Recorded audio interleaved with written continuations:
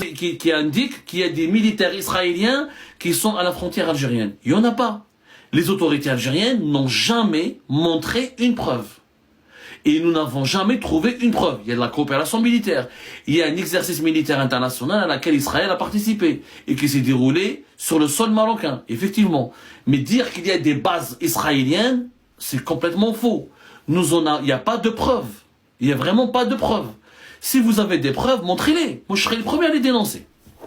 Un allium, t'attendez des preuves matérielles, des photos satellites, des photos, des trucs trafiqués avec l'intelligence artificielle, etc. Des bases militaires, ça serait. L'Algérie, elle a récemment envoyé dans le ciel un satellite de surveillance. Nous avons déjà quelques satellites de surveillance. On travaille avec les Russes et les Chinois. Si l'Algérie vraiment avait des preuves et des indices que l'armée israélienne était à ses frontières, vous pensez que Tebboune et Shengriha se seraient privés du plaisir d'accuser le Maroc de préparer une attaque contre l'Algérie, d'être le chien ou le caniche des Israéliens? Ils ne se seraient pas privés de ce plaisir. Il y a beaucoup de fantasmes, qu'on le voit, et de mensonges de part et d'autre. Oui, il y a une coopération militaire maroco-israélienne. Oui, elle est problématique. Oui, elle peut être contestée, elle peut être contestable. Mais il n'y a pas un déploiement militaire israélien au niveau des frontières algéro-marocaines. Ça, c'est faux. Ça, c'est une fake news. D'ailleurs, on a fait des révélations sur Algérie par à maintes reprises. Les États-Unis d'Amérique, depuis 2023, ils ont fait une médiation entre l'Algérie et le Maroc, et les Américains, jusqu'à maintenant, avec l'administration de Joe Biden, comme avec l'administration de Donald Trump, ils ont donné des garanties et des promesses qu'il n'y aura pas de soldats israéliens à côté des frontières algériennes. Les Américains se sont portés garants. Et pour le moment, cet engagement est respecté. Il n'y a pas eu de soldats israéliens sur le sol marocain à quelques kilomètres de la frontière algérienne. Ça, c'est faux. S'il y a des preuves du contraire, publiez-les. C'est moi le premier qui va les repartager et qui va les dénoncer. Mais il n'y a pas de preuves. On a des preuves, une base émiratie en Mauritanie à quelques encablures de la frontière algérienne, c'est documenté. Il y a des preuves. Des bases militaires turques en Libye, il y a des preuves. Des bases des paramilitaires et des militaires russes en Mali, il y a des preuves. Ça, il y a des preuves. Des Américains et des Français qui faisaient des incursions militaires dans le Sahel et en Libye, etc. Il y a des preuves. Pourquoi? Parce qu'il y a des photos satellites, il y a des preuves, il y a des témoignages, il y a eu des indices. Mais la présence militaire israélienne au Maroc, elle est fantasmée.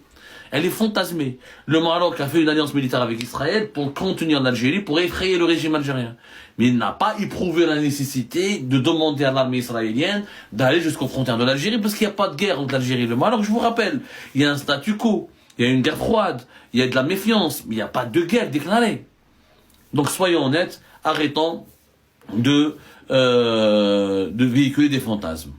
Rahim 07. Comme James Bond 07. Pourquoi, d'après vous, le régime d'Alger a voulu passer sous silence la réunion de Madrid? Parce qu'il est gênant. D'abord, il n'a pas passé sous silence, puisqu'il y a 24 heures, 48 heures, on a demandé aux médias algériens, comme tout sur l'Algérie, d'expliquer la présence d'Ahmed Attaf et des représentants du ministère algérien des Affaires étrangères à cette réunion de Madrid. Je répète, la réunion de Madrid, c'était quoi? C'était récemment, la semaine dernière. Je crois que c'était le 8 février, c'est ça? C'est même pas, c'était une semaine. C'était le 8 février, vous me donnerez la date, j'ai oublié la date. Les États-Unis d'Amérique ont organisé pour la première fois, c'était la deuxième fois, parce qu'il y avait déjà une réunion aux États-Unis d'Amérique, dans une ville américaine qui n'était pas à Washington, entre une délégation du Polisario qui a été reçue par les autorités américaines. Et il y a eu une première entrevue et des premières négociations. À Madrid, au sein de l'ambassade des États-Unis d'Amérique à Madrid, il y a eu le premier rang de négociation, la première table de négociation. Alors, l'Algérie, elle est dans la gêne. Pourquoi? Parce que l'Algérie n'a jamais voulu négocier directement avec le Maroc. Le régime algérien, il ne veut pas, pour lui, c'est pas un problème. La propagande, la version officielle de la propagande en Algérie, c'est quoi? C'est que le conflit du Sahara occidental est un conflit entre le Polisario et le Maroc. L'Algérie n'est pas impliquée. L'Algérie soutient un principe qui est inscrit dans le droit international, qui est l'émancipation des peuples opprimés ou des peuples colonisés, et le droit des peuples le droit à l'autodétermination des peuples anciennement colonisés. Ce qui est vrai, c'est un principe qui existe, et l'Algérie l'a toujours soutenu. Et sauf que l'Algérie a soutenu ce principe à géométrie variable. Au Kosovo, l'Algérie n'est pas pour le peuple kosovar. Alors au Kosovo, je rappelle, ils ont subi plus de persécutions que les Sahraouis. Vous allez voir les massacres qui ont été commis par les Serbes contre les Kosovars musulmans, c'était chaud. Et s'il n'y avait pas l'intervention de l'OTAN et des États-Unis d'Amérique dans les années 90, il y aurait eu de gros massacres. Il y a eu même des massacres, même des crimes contre l'humanité qui ont été commis au Kosovo, en Bosnie-Herzégovine. Donc l'Algérie, elle applique ce principe, la Tchétchénie. La Tchétchénie, c'est la même chose. La Tchétchénie, Poutine, il a massacré les Tchétchènes. Et les Tchétchènes, ils étaient colonisés par les Russes. Ils ont créé un État dans les années 90. La Russie les a écrasés. L'Algérie n'a jamais soutenu l'indépendance de la Tchétchénie. Donc, l'hypocrisie du régime algérien, c'est quoi? C'est que il veut faire croire à ses compatriotes, à l'opinion publique internationale, que le problème est entre le Polisario et le Maroc. Sauf que le Polisario sans l'Algérie n'existe pas. C'est l'Algérie qui arme, c'est l'Algérie qui finance. Ça, c'est des faits. Ça, c'est des faits. Moi, je l'ai écrit. Noir sur blanc, c'est des faits, c'est vrai, l'Algérie soutient. Donc, les États-Unis d'Amérique, ils sont pas bêtes. Ils ont imposé à Tebboune. Il y avait à la fin du mois de janvier Massad Boulos qui est venu à voir Tebboune et qui lui a dit, tu dois envoyer ton chef de la diplomatie à Madrid. On te le demande. Tebboune leur a dit, mais non, nous on n'est pas partisans de ce conflit. Non, pour les Américains, tu es partisan. Pour les Américains, le problème du Sahara occidental ne concerne pas que le Maroc et le Polisario. Il concerne le Maroc d'abord, l'Algérie ensuite, le Polisario après et la Mauritanie. Les États-Unis ont compris que ça n'a pas de sens pourquoi passer par le curé ou par le prêtre? Ils vont mieux s'adresser au bon Dieu. Le Polisario dans cette affaire du Sahara occidental, ce n'est que le curé et le prêtre. C'est l'Algérie le bon Dieu dans cette affaire-là. Donc les Américains veulent réunir les vrais décideurs pour trouver une solution.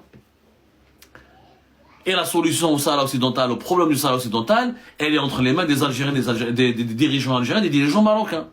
Ça, ils l'ont passé sous silence. Après, ils ont dit, dans les derniers articles comme tout sur l'Algérie, par exemple, qui est un article commandé, ils ont dit l'Algérie était membre observateur. Non, c'est pas un membre observateur. La dernière résolution de l'ONU qui a été adoptée fin octobre 2025, elle dit clairement que les parties prenantes de ce conflit, c'est l'Algérie, la Mauritanie, le Maroc et le Polisario. Elle n'était pas en tant qu'observateur. Le conflit du Sahara occidental ne sera jamais résolu si l'Algérie ne donne pas son accord. Si l'Algérie ne soutient pas une certaine position, n'adopte pas une certaine attitude.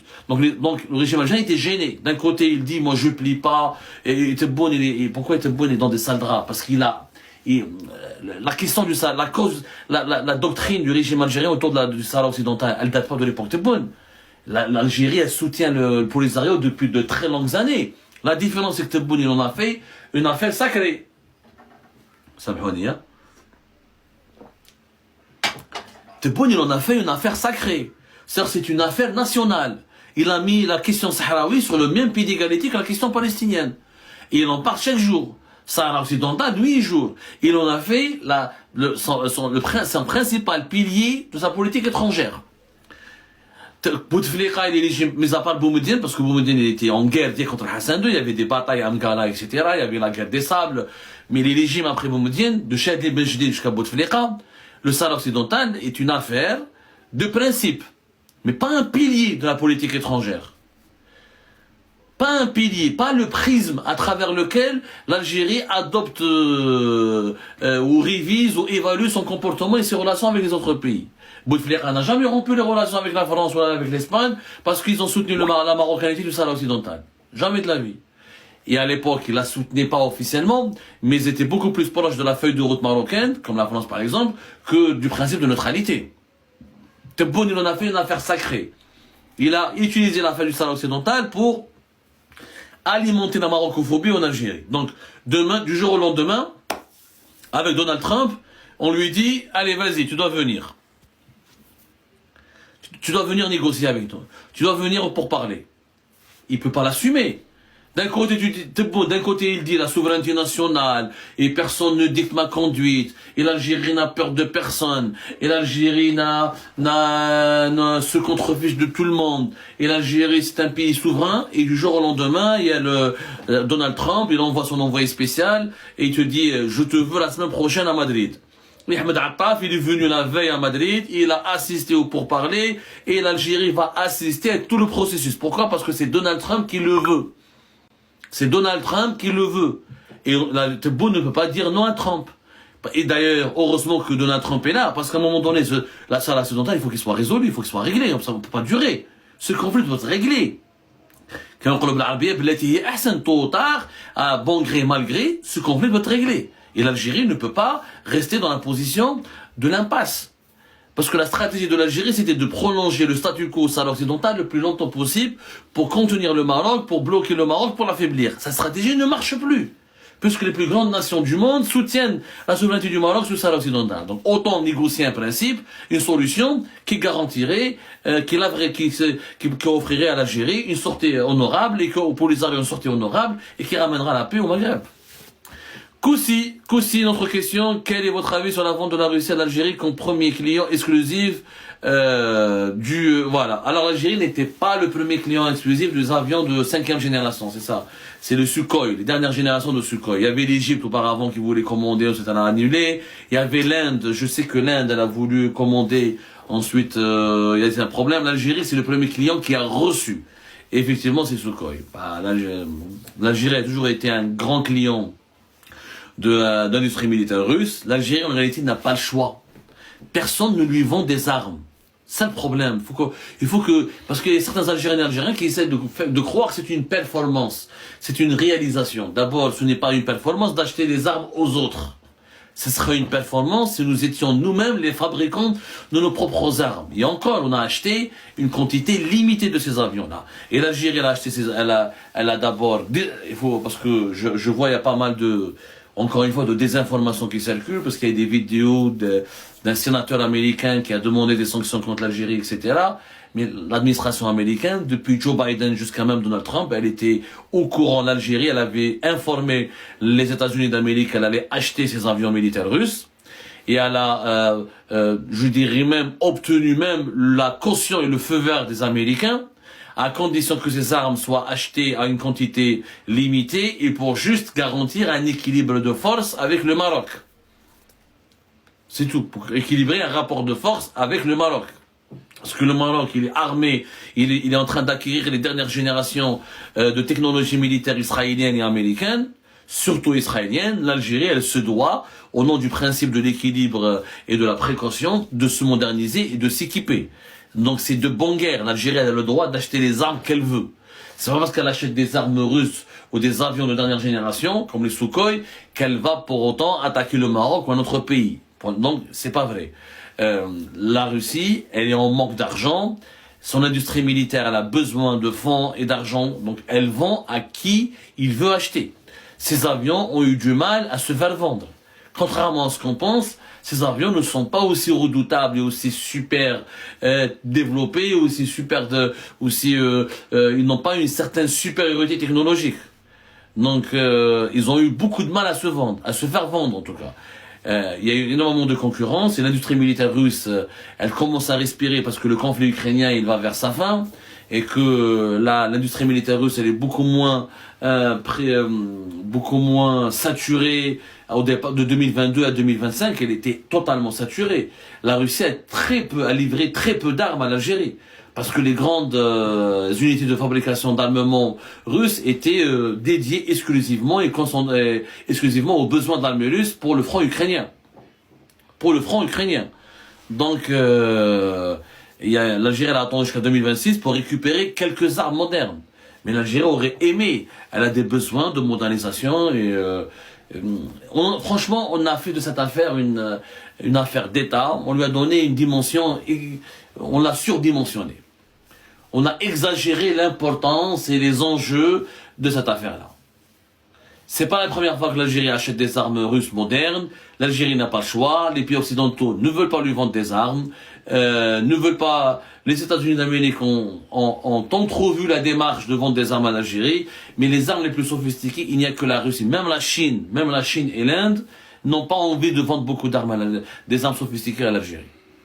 Il y a un problème, c'est que l'Algérie a du mal à s'approvisionner en armes modernes au-delà de son fournisseur classique et traditionnel qui est la Russie.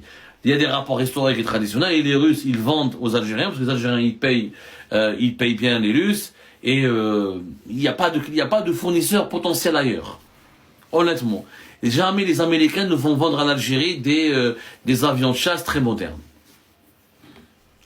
Pour des raisons géopolitiques, pour des raisons idéologiques aussi, l'Algérie, même si elle est l'amie des États-Unis d'Amérique, elle a une position diplomatique sur certains dossiers qui ne correspondent pas aux intérêts américains.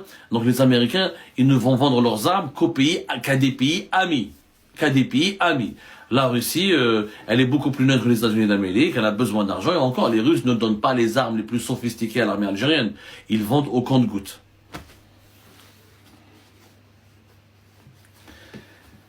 Merci Raphaël Rodati. Est-ce qu'il y a d'autres questions? Le débat avec vous est toujours passionnant et passionné parce qu'encore une fois, on sort de, comment dirais-je, on sort des limites classiques des médias et du journalisme et on essaye de s'attaquer à des sujets très complexes et on parle surtout des dessous de l'information. Alors, dans une émission classique, on n'a pas le temps d'expliquer tout ça. Alors, Abdel, est-ce que selon toi, l'Algérie sera obligée d'accepter que le Sahara soit un Marocain? S'il y a une résolution de l'ONU, oui. Si les Nations Unies finissent par reconnaître la souveraineté du Maroc sur le Sahara occidental, oui. L'Algérie ne peut pas passer outre, ne peut pas à elle seule affronter toute la communauté internationale. Mais pour le moment, on n'en est pas encore là. C'est que les Marocaines et les Marocains sont trop enthousiastes. Et eux aussi, ils versent dans des discours qui sont factuellement faux. Pour le moment, c'est pas encore acté. Le Sahara marocain n'est pas encore acté. Au niveau des Nations Unies, le Sahara n'est pas encore considéré comme marocain. On parle toujours du Sahara occidental. On parle toujours d'un territoire à décoloniser. Les deux autres membres permanents du Conseil de sécurité de l'ONU, la Chine et la Russie, même s'ils se sont beaucoup rapprochés du Maroc, même s'ils ne sont pas trop impliqués dans le soutien au Polisario, là ils tiennent pas forcément, ils n'ont pas vraiment une vision très pro-algérienne dans la question du Sahara occidental, ou c'est pas stratégique pour eux, mais pour autant ils n'ont pas ils n'ont pas encore cautionné officiellement la souveraineté du Maroc sur le Sahara occidental. Il y a une évolution positive de ce conflit vers les intérêts du Maroc et l'agenda du Maroc, mais c'est pas encore conclu. C'est pas encore enterré. Le Sahara occidental non marocain, c'est pas un problème non réglé. C'est pas un problème qui est définitivement réglé. Après oui, c'est la Russie et la Chine finissent par reconnaître la marocanité du Sahara occidental. Je pense que c'est plié, etc. Et l'Algérie ne peut qu'accepter le verdict de la communauté internationale. Enfin, le sujet du Sahara occidental, il passionne beaucoup, encore une fois. Mais c'est très difficile de trouver des journalistes objectifs sur ce conflit. Vraiment très très difficile. Et ça, le malheur. Encore une fois, ne lisez pas la presse algérienne, ne lisez pas la presse marocaine. Alors, le Pateran. Abdou, tu m'as déçu. En quoi je t'ai déçu, le Pateran? Est-ce que tu peux me dire comment je t'ai déçu? J'ai pas compris.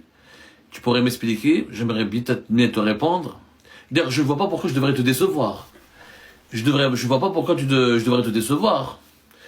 J'imagine que c'est le sujet du Maroc, je crois. Si c'est le sujet du Maroc, est-ce que tu peux me dire à quel moment et pourquoi je t'aurais déçu? Sachant que je suis que journaliste, hein. Je suis là pour informer, pour donner une information, offrir un décryptage, une analyse. Je suis pas là pour prendre parti, encore une fois. Médoche, est-ce que le nationalisme et le populisme empêchent un développement véritable de l'Algérie? Je suis tout à fait d'accord avec toi, Médoche 45. Tout à fait d'accord avec toi. Moi, je crois au patriotisme, je ne crois pas au nationalisme. Moi, pour moi, le nationalisme est une idéologie dangereuse. Pour moi, le nationalisme, c'est le rejet de l'autre. C'est l'enfermement sur soi, c'est le repli sur soi, et c'est une hiérarchie, c'est privilégier le soi sur l'autre. Et c'est le rejet de l'autre, et ça peut être de la discrimination, le nationalisme ouvre la porte au racisme, à la xénophobie, à la haine, etc. Moi, je suis pour le patriotisme. Le populisme, alors là, c'est une maladie dangereuse. En Algérie, c'est devenu pire que le virus du Covid-19. C'est pire que le coronavirus, c'est vraiment pire, mais vraiment pire. Quand on voit comment Abdelmajid Tebboune parle, les mensonges, les faux chiffres, les fausses annonces, les manipulations, les déclarations mensongères, les déclarations totalement infondées, alors là, quand on voit des ministres qui Kamel Rizk, etc. Le patron qui veut qu'on débatte avec lui. Le patron, est-ce que tu peux me poser des questions en direct? Je ne maîtrise pas encore l'outil du débat, le live. Je préfère que tu me poses la question en direct, parce qu'on maîtrise pas, c'est pas de la censure, mais vraiment, je ne maîtrise pas. On me live, on me etc. Après, s'il se passe quelque chose, je pourrais pas maîtriser. Moi, je préfère le patron que tu nous poses des questions. On vous a promis, avec encore un peu de maîtrise, un peu de temps, on fera des débats en live avec nous, nos abonnés, ou là, nos compatriotes, ou là, nos amis étrangers, etc. On a juste besoin de temps pour apprendre à maîtriser les outils. Donc le patron, est-ce tu peux nous poser des questions par écrit et je répondrai avec grand plaisir et tu m'expliques comment et pourquoi je t'aurais déçu. Alors je réponds, quand on voit ce que Kamel Zik, par exemple, les ministres algériens, les wali algériens, les hauts responsables, quand ils se déplacent sur le terrain, les visites sur le terrain, devant les caméras, ils bombent le torse, ils insultent, ils essaient de se montrer sévères, etc., alors que leur bilan est catastrophique. Le populisme, il a ruiné la crédibilité de l'Algérie actuelle. Il existait en Algérie depuis toujours. Mais à un moment donné, le populisme était content. Avant, par exemple, il y avait Sellel qui faisait des blagues, qui déconnait, qui faisait des déclarations populistes, etc. Mais voilà, il y avait certaines limites. Ça dépassait pas certaines limites. Avec l'Algérie de Tebboune, en personne, il est populiste. En personne. ويسبوا كذا واللي يحقر الجزائر مازال ما ولداتوش يماه des expressions populistes, un langage de rue, une certaine vulgarité, encore une fois un discours qui est non maîtrisé, basé sur des fake news, beaucoup d'inexactitudes, des chiffres trafiqués, des fausses promesses. Ça vraiment, ça tue le pays.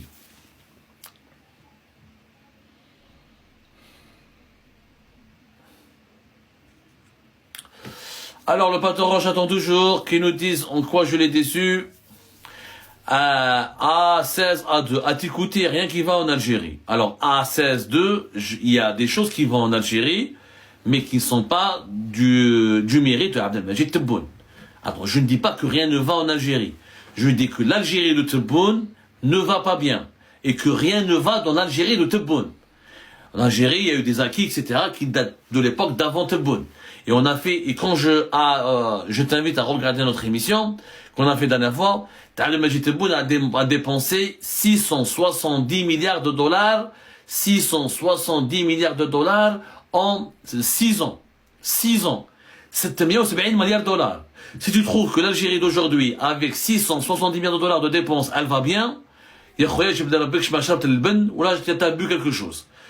Des pénuries, des coupures d'eau, des vieux bâtiments qui datent de l'époque coloniale, pas de nouvelles capitales, pas de TGV, des gares qui datent de l'époque coloniale, un salaire moyen de même pas 200 €, une voiture qui devient plus chère que le diamant, des pénuries de pneus, un pouvoir d'achat en chute libre, des haragas, des Algériens qui se sont exilés avec 670 milliards de dollars de dépenses que le régime Tebboune a dépensé en 6 ans, et nous avons des milliers d'Algériens et d'Algériens qui supplient pour avoir la résidence en Espagne, ou qui postulent qui ont fait la harga, qui ont fui le pays massivement, et qui rêvent de devenir un résident européen. Donc il y a quelque chose qui va, il y a quelque chose qui va pas bien. Si tu me dis que c'est quelque chose qui va bien, hein, j'aimerais bien débattre avec toi. Qul li, qu'est-ce qui va bien? Attends, qu'est-ce qui est positif dans l'Algérie de Tebboune? Donne-moi, qu'est-ce qui est positif dans l'Algérie de Tebboune? Je vous défie de me donner une réalisation positive qui a été faite à l'époque de Tebboune. Donnez-moi. Et je suis prêt à débattre. L'Algérie de Bouteflika, oui. En station de dessalement de mer, 7 tramways dans cette ville, le métro le plus moderne d'Afrique, plus de 3 millions de logements, des projets de stade, palais des conventions au Club des Pins, la grande mosquée d'Alger, Oran Jeux méditerranéennes, Oran pour les Jeux méditerranéens à Oran, Tlemcen, capitale de la culture islamique, Alger, capitale de la culture arabe, le festival panafricain, Constantine, capitale de la culture arabe, Bouteflika, oui. Je sais pas, montrez-moi ce que Tebboune il a fait. Et là, ce jour-là, je vous dirai oui. Amiroche, tu as fait quoi pour l'Algérie à part te prostituer au Marzen? Je vous dis Amiroche, Allah yahdik. C'est dommage que tu portes le nom d'Amiroche, d'un grand personnage de l'histoire, et que tu t'exprimes avec autant de bassesse. C'est vraiment dommage. Je plains Amiroche qui se retourne dans sa tombe. Alors, qu'est-ce que l'huile de table, Azul Abdou, voilà. Le patron, il a disparu, il n'a pas voulu nous associer. J'aimerais bien, encore une fois, qu'il nous dise en quoi j'étais déçu. Il y a beaucoup de... Partagez, s'il vous plaît, partagez massivement ce live, s'il vous plaît, tapotez. Ne laissez pas ne laissez pas mettre l'homme chez que son le live et leur signalement, etc. Alors, de AE, une analyse sur la détention du journaliste français Christophe Glaise. On a fait une dizaine d'analyses. J'ai fait une dizaine d'analyses, mon cher ou ma chère AE. AE. C'est original ça. Et c'est un otage. Christophe Glaise est un otage. C'est l'otage de Tebboune pour négocier avec les Français un accord. Un compromis. C'est un otage. C'est tout. Je l'ai dit, c'est un otage. Ce dossier, il est vide. Christophe Glaise, on lui reproche deux choses. De préparer un livre sur la mort d'Albari Bossé, le joueur camerounais qui est mort en 2014 dans des circonstances désastreuses et scandaleuses à Tizi Ouzou, l'ancien joueur de la GS4 Kabylie, et il aurait pris 500 € de Farhat Mahani et du MAC pour les donner à la famille de Albari Bossé. C'est tout. C'est le seul crime, le seul tort de Christophe Glaise. Il n'a jamais été impliqué dans une enquête contre le régime algérien. Il n'est pas politisé. Il n'est pas ni proche de la droite ni de l'extrême droite. Il n'a rien à voir avec les lobbies anti-algériens. Il n'a jamais dérangé quoi que ce soit et quiconque en Algérie. C'est un otage. Tebboune le prend pour un otage. S'il y avait demain un autre journaliste, un autre courant, un autre média, il l'aurait pris Tebboune. Tebboune a besoin d'un otage pour arracher à la France un compromis ou une concession dans des dossiers chauds, comme par exemple le dossier d'MLTZ, où il y a des mandats d'arrêt internationaux contre des officiers des services secrets algériens. C'est tout, c'est un otage, on l'a expliqué, on l'a dit 1000 fois. Dossier vide, la preuve que c'est un otage. Quand Ségolène Royal était à Alger, elle a été autorisée à aller le voir, que lui. Pourquoi aller le voir? Parce qu'elle voulait constater de elle-même pour qu'il allait bien, qu'il était bien traité, qu'il ne lui manquait rien, et pour qu'elle rassure ses parents, et pour qu'elle rassure l'opinion publique française. Donc, ça veut dire quoi? Ça veut dire que c'est un otage. Il fallait donner des preuves qu'il est bien traité, qu'il est en vie. C'est comme un gang, une mafia qui a détenu quelqu'un. Et elle doit montrer des preuves de bienveillance, qu'il est traité avec bienveillance, pour qu'elle obtienne sa rançon. C'est un otage. Il y a plusieurs Français qui sont dans les prisons algériennes. Pourquoi Ségolène Royal est parti voir que Christophe Glaise et pas les autres franco-algériens ou français tout court? Parce que lui est un otage. C'est tout.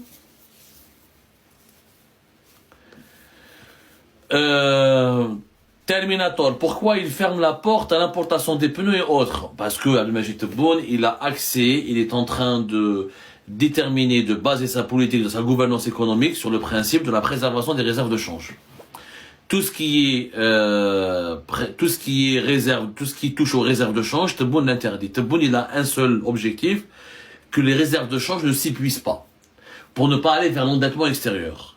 Comme Bouteflika, avant de partir, il a laissé une quarantaine de milliards de dollars dans les réserves de change, Tebboune, il a honte de laisser derrière lui un bilan économique désastreux, comme il n'a pas permis à l'Algérie de s'enrichir, comme il n'a pas su déconstruire l'Algérie, comme il n'a pas su transformer l'Algérie en un pays émergent, il veut laisser les réserves de change un matelas de sécurité. Parce qu'il sait très bien que s'il n'y a plus de réserves de change, d'ailleurs on n'a pas beaucoup, les réserves de change on l'a déjà expliqué, nous avons encore une fois une soixantaine de milliards de dollars. En réalité, nous avons 25 à 26 milliards de dollars, c'est de l'or, et une trentaine de milliards de dollars, même pas une trentaine de milliards de dollars, de liquidité. On a, en liquidité, on a une trentaine de milliards de dollars. Moins de 30 même. Le reste, c'est de l'or, c'est des actifs en or que l'Algérie détient. Et comme l'or et le cours de l'or, il a explosé, nos réserves de change se maintiennent. Mais l'or ne représente qu'une partie de nos réserves de change. En liquidité, il ne nous reste pas beaucoup d'argent. Mais ça, Abdelmajid Tebboune le sait. Donc, il limite les importations, il appauvrit le peuple, Bien sûr, les voitures de luxe pour l'État et les autorités, les services de sécurité et l'armée sont importées, mais l'Algérien mesquin, il peut ni une pièce détachée, ni un pneu, ni un petit véhicule. Voilà pourquoi. Alors, l'équipe, une autre question.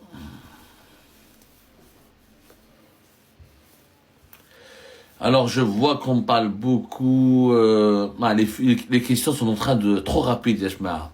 Partagez massivement, s'il vous plaît. Partagez massivement le live. Je vois une question. Jason, la mine de Rajbilet est-elle rentable? Pas du tout. Pas du tout, Jason. Je l'ai expliqué, on a donné les preuves, on a donné les démonstrations.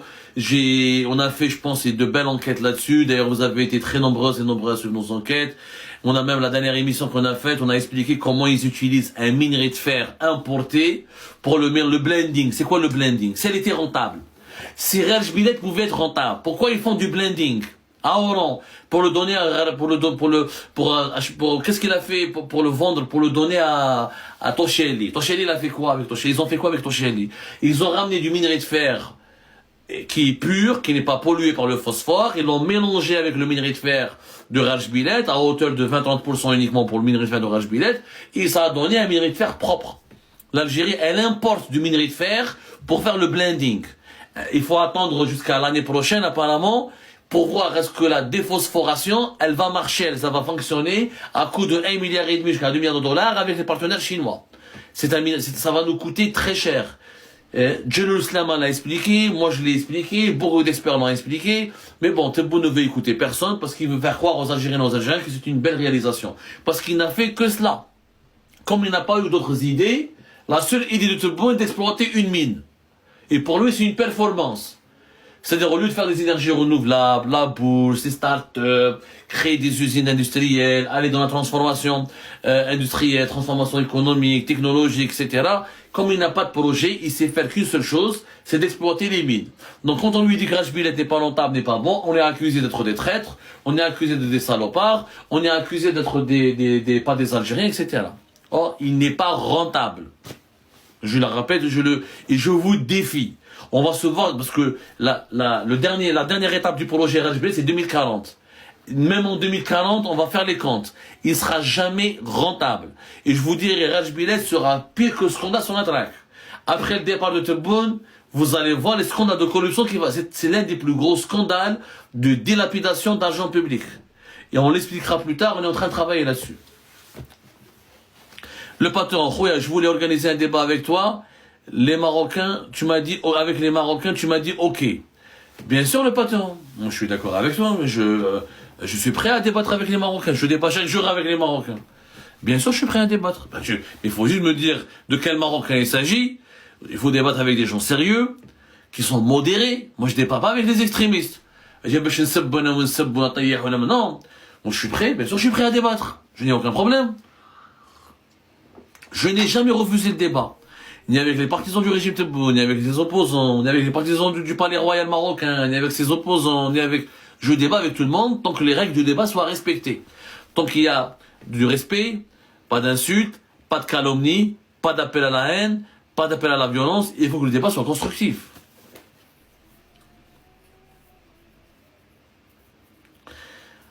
Alors, est-ce qu'il y a d'autres questions? Tu penses... Est-ce que Tebboune, j'ai vu une autre question tout à l'heure. Ah, t'aimes vraiment l'Algérie, honnêtement? 94 octobre.